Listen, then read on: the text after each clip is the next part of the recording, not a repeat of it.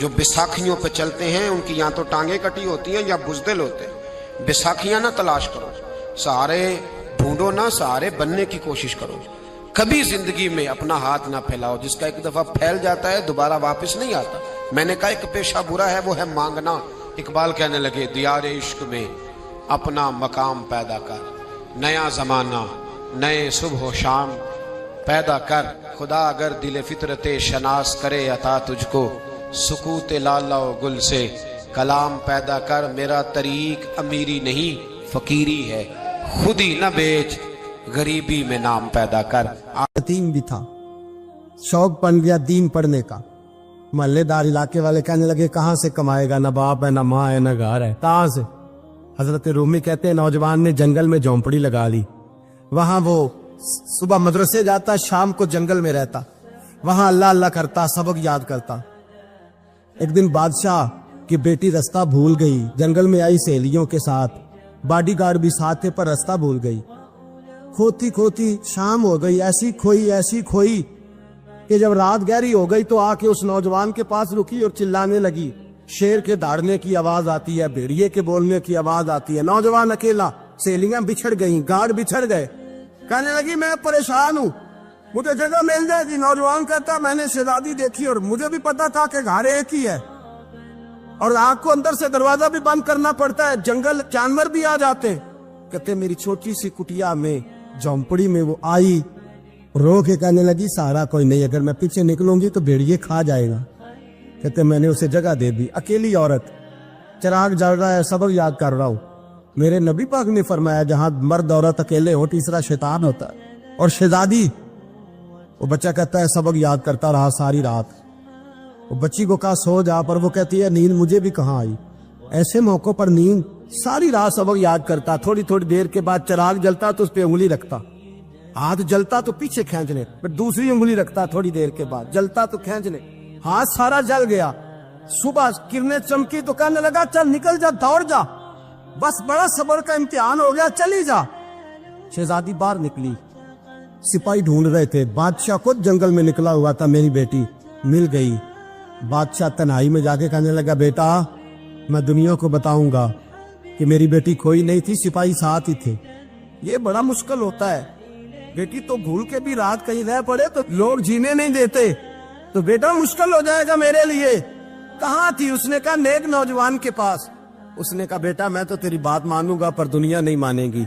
اگر اس نوجوان نے کسی کو بتا دیا کہ تو اس کے پاس تھی تو پھر لوگ میرا جینا محال کر دیں گے. بیٹا میں مر جاؤں گا, میری مجبوری یہ ہے کہ وہ کہیں راز نہ اگل دے وہ نوجوان, اسے قتل کرنا پڑے گا. عورت نے منتیں کی, اس بیٹی نے کہا میرے محسن کو مارو گے, روئی. اور وہ کہنے لگا میں بادشاہ, وہ میرا اپنا وقار ہے, میں اس کو چھوڑ نہیں سکتا. گرفتار کر لائے سپاہی. وقت طے ہو گیا سزا کا. اکیلے ایک کار کوٹری میں رکھا گیا, جو اس کے خاص اعتبار والے تھے ان کی ڈیوٹی لگائی. بادشاہ نے بلایا, پہلے بلم آیا. عورت کہنے لگی, بیٹی کہنے لگی ایک دفعہ تو بلاؤ نا, ایک سوال بس پردے میں رہ کے پوچھنا ہے, اور پھر جو آپ کا جی چاہے. میرے محسن کو مارنا تو ہے تو مرضی آپ کی. سامنے کھڑا کیا نوجوان, پردے کے پیچھے عورت کھڑی ہو گئی. بادشاہ بیچ بیٹھ گیا. بی بی کہنے لگی ساری رات بیدار میں بھی رہی, سویا تو بھی نہیں. وہ جو تو چراغ کے قریب ہاتھ لگا کے جلاتا تھا وہ سمجھ نہیں آئی. نوجوان رو پڑا, کہنے لگا کیا کروں, میں نے رسول اللہ کا دین پڑھا ہے, کیا کروں, میں نے حضور کا دین پڑھا ہے. میں نے پڑھا ہے کہ زانی کو سب سے نیچے دوزخ کے سب سے نچلے درجے میں جلایا جائے, اسے جہنمیوں کا پیپ اور ریشہ پلایا جائے, کند کھلایا جائے. یہ روایتیں پڑھی ہوئی تھی.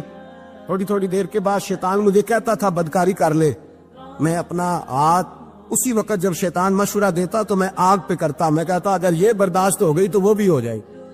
جب ہاتھ جلتا تو میں سمجھ جاتا نہیں تجھ سے تو یہ نہیں برداشت ہوتی تو وہ کیسے ہوگی. پھر مجھے شیطان مشورہ دیتا کوئی دیکھ نہیں رہا, تو بلانے نہیں گیا, خود آئی, میں دوسری انگلی لگا دیتا. میں نے ہاتھ جلایا اور میں سمجھ گیا جب چھوٹا سے چراغ کی اتنی سی شمع کی آگ نہیں برداشت ہوتی تو دوزخ کیسے برداشت ہوگی. کہتا میں باز آیا. بادشاہ نے یہ کہانی سنی, لفظ سنے تو چیخ مار کے رویا. کہنے لگا طالب علم تو میرے نبی کا سچا غلام ہے, اور میرے رسول کے جو سچے غلام ہوتے ہیں انہیں پھانسیاں نہیں دی جاتی. انہیں تخت پر بٹھایا جاتا ہے. اب تجھے سزا نہیں ہوگی بلکہ میں اپنی بیٹی کا نکاح تیرے ساتھ کروں گا اور میرے بعد اس سلطنت کا بادشاہ بھی تو ہی بنے گا. اب وہ نوجوان وہاں نعرے لگا رہا ہے, کہتا لوگوں تم مجھے کہتے تھے دین سے کیا ملتا ہے, دین سے تو اللہ تخت و تاج بھی عطا فرما دیتا ہے. اگر نوجوان شرم و حیا والے بن کے رہے اللہ ساری عزتیں دے دے گا. دیکھیں نا اللہ کے فضل سے عزت ملتی ہے, اور جب کوئی عزت داروں جیسا کام ہی نہ کرے. ایک بات اور عرض کرنی ہے پر وقت تھوڑا رہ گیا. جوانوں, میں نا جب کبھی پریشان ہوتا ہوں نا تو میں یہ والی بات کھول کے پڑھتا ہوں. والا یہ بات ڈھارس بندھاتی ہے, ڈھارس توانائی دیتی ہے, پورا مضمون باندھا ہے. اعلیٰ حضرت کہتے بیروپیہ تھا, مداری, روپ بدل بدل کے دکھایا کرتا تھا, بادشاہوں سے انعام لیتا تھا. ایک دن اورنگزیب عالمگیر کے پاس آ گیا, کہنے لگا میں روپ بدلوں گا, اگر آپ پہچان نہ سکے تو میں انعام لوں گا. آپ نے فرمایا میں کوئی ایسے ویسا بادشاہ نہیں, کہا مجھے دھوکہ دینا مشکل ہے. کہا نہیں میں روپ بدلوں گا. حضرت اورنگزیب عالمگیر بڑے نیک بادشاہ گزرے, بڑے پرہیزگار. وہ بیروپیہ کہنے لگا میں روپ بدلوں گا, آپ نہیں پہچان سکیں گے. فرمایا چل جتنا تیرے اندر زور ہے لگا لے. حضرت نے اعلان کیا کہ میں نے فوجی بھرتی کر دے, 2 ماہ کے بعد ٹیسٹ ہوگا. وہ 2 مہینے دوڑتا رہا, رنگ روپ بناتا رہا, آیا ٹیسٹ دینے, 2-3 سپاہیوں کا امتحان لیا. اس کی باری آئی تو 10 روپے دیے, کہنے لگے تیرے آنے جانے کا کرایہ میں نے تجھے پہچان لیا ہے. کچھ دنوں کے بعد جانے لگے سفر پر تو بھکاری آ گئے خیرات مانگنے. اس نے بھی سارے منہ پر سیاہی مال لی, کپڑے پھاڑ لیے, سر کے بال مڈا لیے, پگے تک کٹا لی, بدرنگ ہو کے آیا. کاسا آگے کیا تو حضرت نے 10 روپے ڈالے, کہنے لگے تیرے آنے جانے کا کرایہ میں نے پہچان لیا ہے. کچھ دن گزرے تو ٹیچر کی ضرورت تھی. اس نے مونچھیں بڑی کر لی, داڑھی نکلی لگا لی, سر پہ جنا کیپ پہن لی, ایک شیروانی لے لی اور ہاتھ میں چھڑی پکڑ کے آیا. کہنے لگا میں استاد ہوں, 2-4 بندوں کا امتحان لیا. اس کی باری آئی تو 5 روپے دیے, 10 روپے دیے, کہا تیرا کرایہ میں نے پہچان لیا. 2 سال گزر گئے. وہ جب بھی آتا حضرت پہچان لیتے.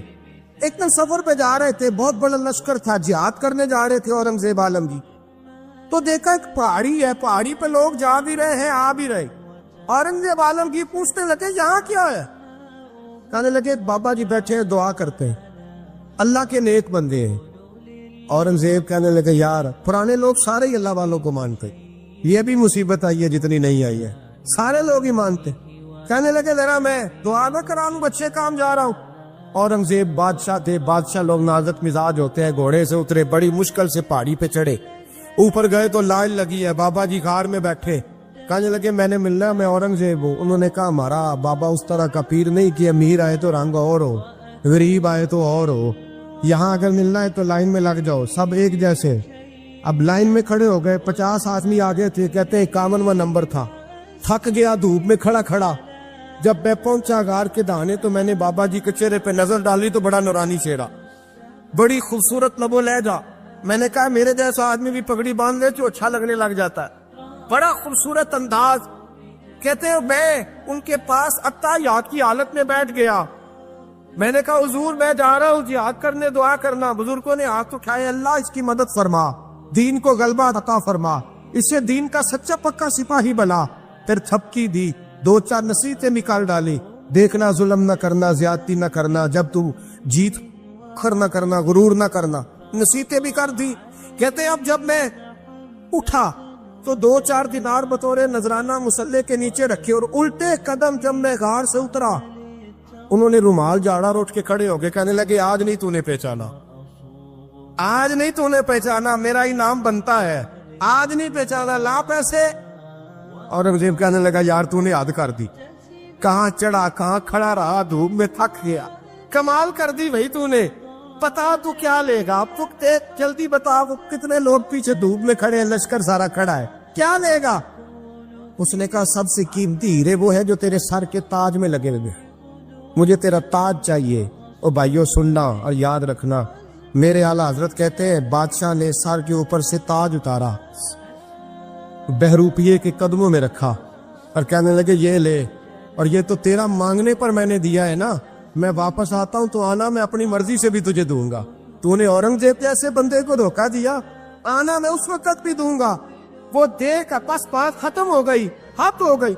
دیکھ کر کہتے ہیں جب میں پلٹا نا واپس, بہروپیے نے آواز دی بادشاہ ٹھہر جا,